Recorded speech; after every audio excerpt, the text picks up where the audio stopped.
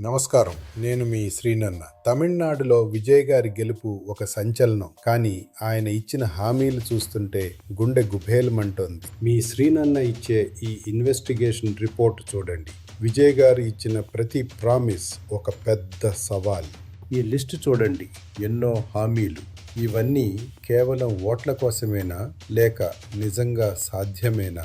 ఆలోచించండి. తమిళనాడు ఖజానా ఈ భారానికి సిద్ధంగా ఉందా? మహిళల కోసం నెలకు 2,500 రూపాయలు, ఏటా 6 గ్యాస్ సిలిండర్లు, బంగారం.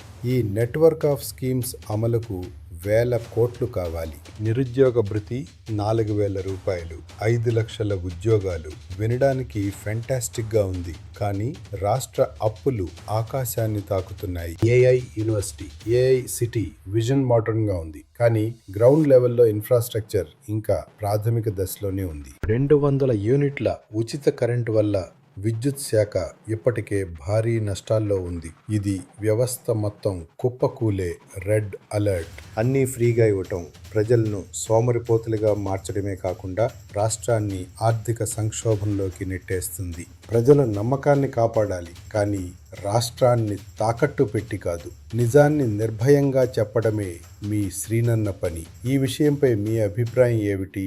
కామెంట్లో చెప్పండి.